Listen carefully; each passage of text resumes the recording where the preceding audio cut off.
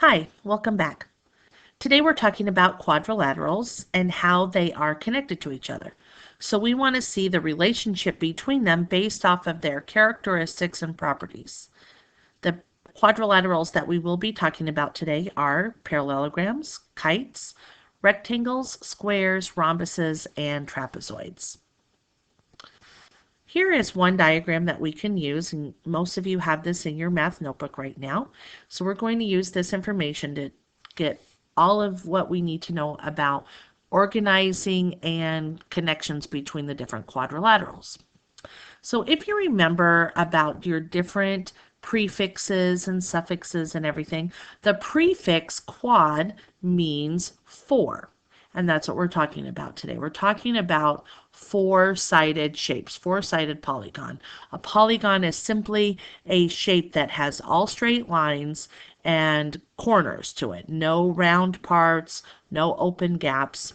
Okay, so we're talking about quadrilaterals. And a quadrilateral has two things in common. It's four-sided and this part, that the sum of the measures of the angles is 360 degrees. So what does that mean? That means that if we add up all these angles in our quadrilateral, no matter what quadrilateral it is, if we add them together, they will all make 360 degrees. Okay, go ahead and pause the video and write this information into your notebook. Excellent. Okay, so now we're talking about after it's a quadrilateral, if it has more defining characteristics, how can we organize it?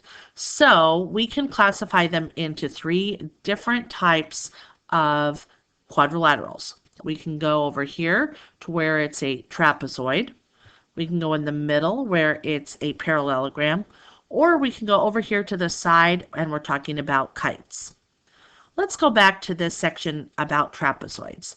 So here is an example of a trapezoid. We can see that these hatch marks right here that look like arrows indicate that these two lines are parallel to each other. And if you remember about lines, parallel lines are lines that are equal distance apart. They'll never touch each other if they go on and on and on forever. They're never going to touch each other. And geometry shows that those lines are parallel because they use that little arrow as a hatch mark on it. Okay, so what makes a trapezoid specific? Why is it different than or more specific than a quadrilateral? Well, let's look. It has exactly one pair of opposite sides that are parallel. So all trapezoids must have one parallel set of sides only. Okay, so I want you to go ahead and add that information to your notebook. Great. Okay, now that you did that, let's talk about two different kinds of trapezoids that we have. We have a right trapezoid and we have an isosceles trapezoid.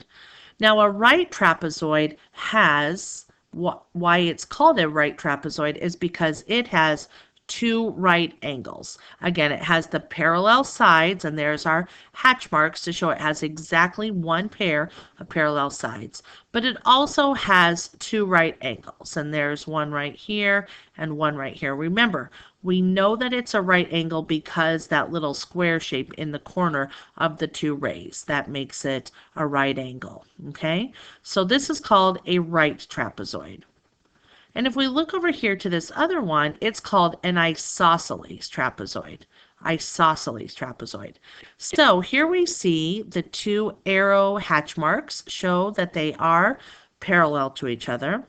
But we also see two other types of hatch marks that don't go with the arrows, and they're these two marks right here.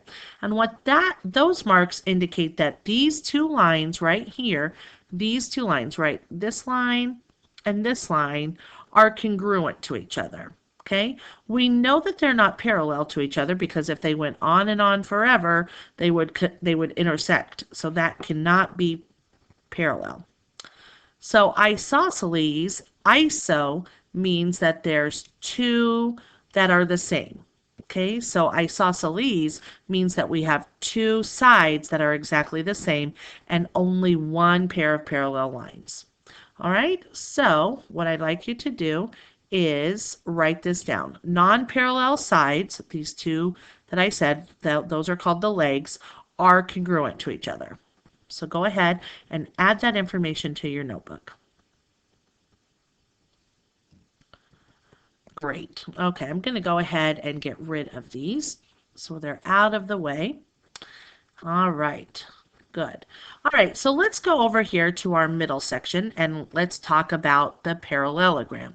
Now, on a parallelogram, you can see that we have those little arrows that indicate, oh, I'm going to use a different color. So the two little arrows indicate that they are parallel. Remember from our trapezoid, the arrow lines mean that they're parallel to each other.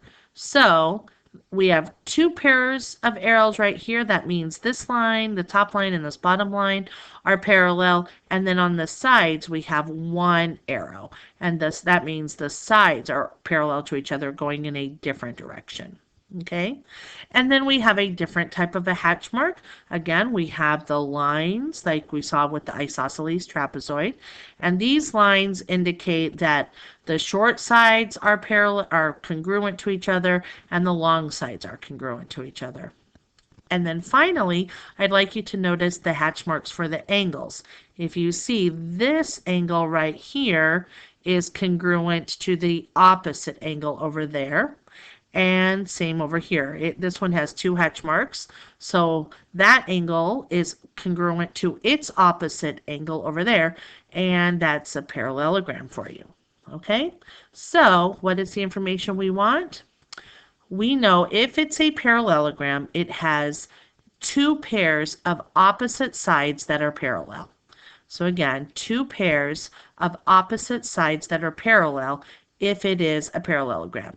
Nothing else. That's the only rule that we have to have. It's four-sided, has 360 degrees, and two pairs of opposite sides that are parallel. Go ahead and stop the video and write this information into your notebook.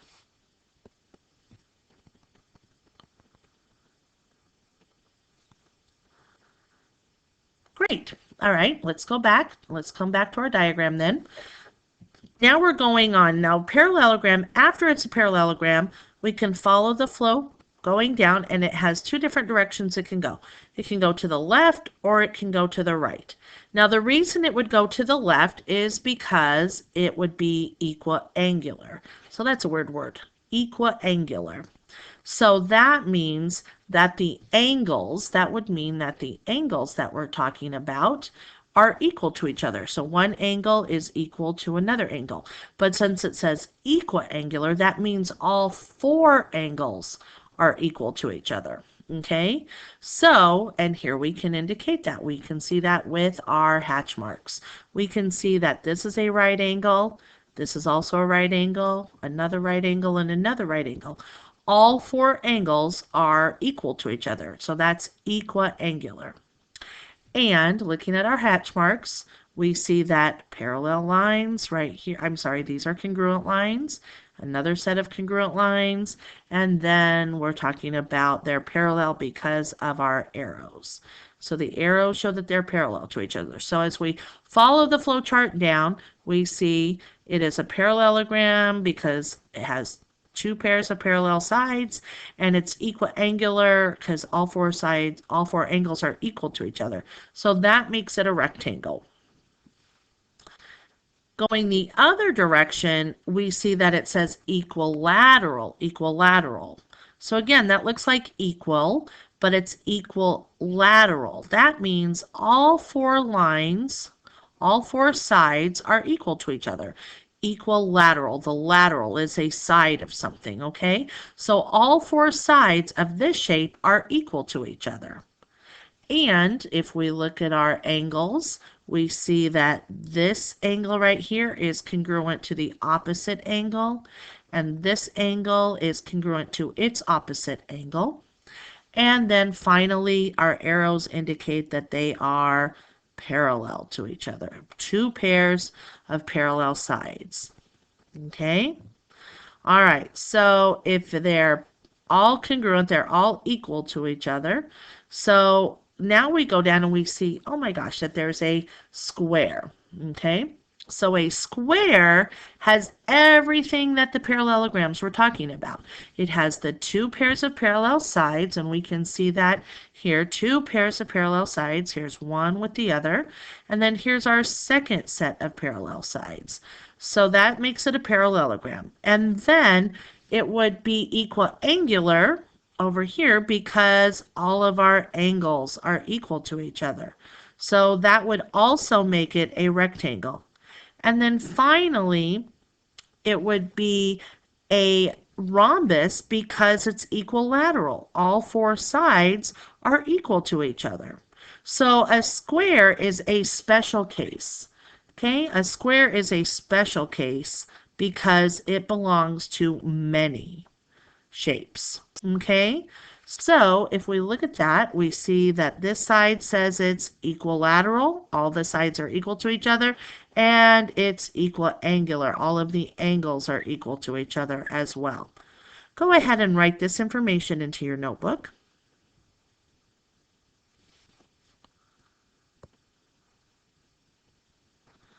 Alrighty. And I'm just trying to get rid of this information to get it cleaned up a little bit. Very good. All right, and then finally, if we look back at our diagram and we look at our last shape right here, we see kite. And how is kite different than all of the other ones? Well, kite has two pairs of adjacent has two pairs of adjacent, that's an important word, congruent sides. And adjacent simply means that they are next to. That's exactly what it means. So if we look at the word adjacent, it means next to each other. Okay, so two pairs of congruent sides, and they're adjacent to each other. And let's look at this other one. This other one says that one pair of opposite congruent angles. Okay, so if we're looking at the opposite angles that are congruent to each other, here's one of those angles and the opposite one is right here. So those two side angles that are opposite each other are congruent to each other. The top one and the bottom one, even though they're opposite, are not equal to each other. So we could not say that it's equiangular. It only has one pair of opposite congruent pair of angles.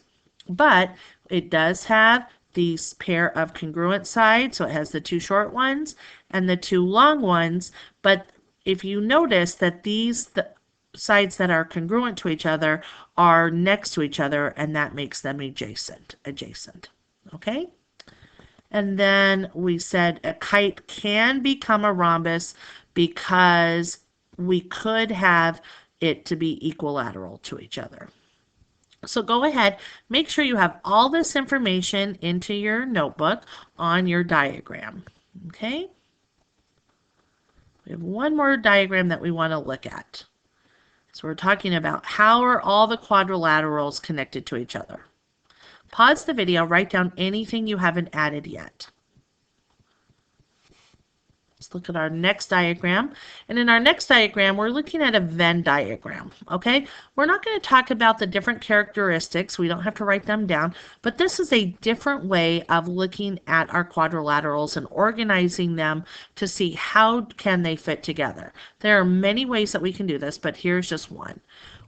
We said that all of our shapes that we're talking about today are quadrilaterals, okay? So that's the big part of our diagram. They're all quadrilaterals. Okay, so now we're going to break them down, and we have trapezoids over here. So if it's a trapezoid, then we have two smaller parts. So what do you think would fit under those two smaller parts? Exactly.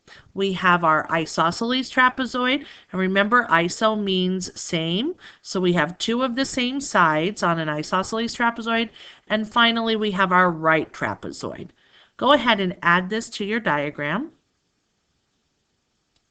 And then if we look over here, getting back to this diagram, we see that our other category, and this is our largest category, this is the parallelogram category, and we have 1, 2, 3, 4 areas. So if you notice, this grouping overlaps with this grouping right here. So, what do you think goes in the middle? One shape that is both categories. So let's see if you can think of what that is. I'll give you a hint. It's our special one. That's right. It's our square. So our square is a parallelogram, but it's also two other things. So what else is it? Right. It's a rectangle because it has four congruent angles, and it is a rhombus because it has four congruent sides. Excellent. All right, so then what is our last shape that we're talking about? That's right, it's our kite. So this is one example of how you could put all of our shapes into a Venn diagram. For the Your Turn page tonight, what I'd like you to do is copy this diagram into your notebook. I know it's similar to the Venn diagram we looked at earlier, but it's a little different. And I want you to fill in all of the parts, all of the areas with the shapes that we discussed in the lesson today. Next time I see you, we'll answer any questions you have. See you later.